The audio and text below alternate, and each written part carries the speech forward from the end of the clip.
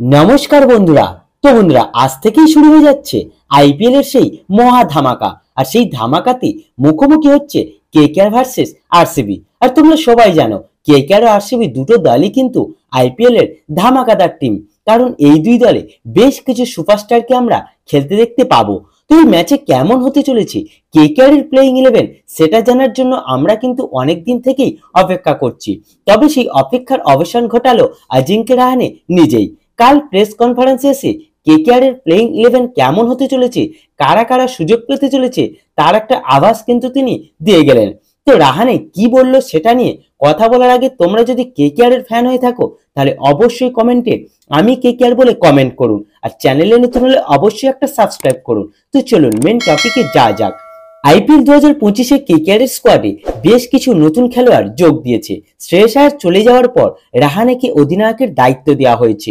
এবারের কেকেআর দল আগের থেকে অনেক বেশি শক্তিশালীও দেখাচ্ছে।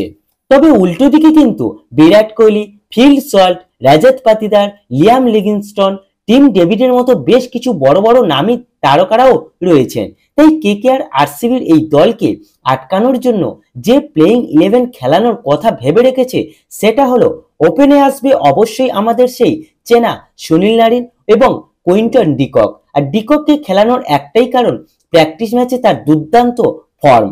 3 নম্বরে অবশ্যই ক্যাপ্টেন অজিঙ্ক্য রাহানে, 4 নম্বরে ভাইস ক্যাপ্টেন ভেঙ্কটেশ আয়ার। তো এরা কিন্তু মিডল অর্ডারে আসতে চলেছে।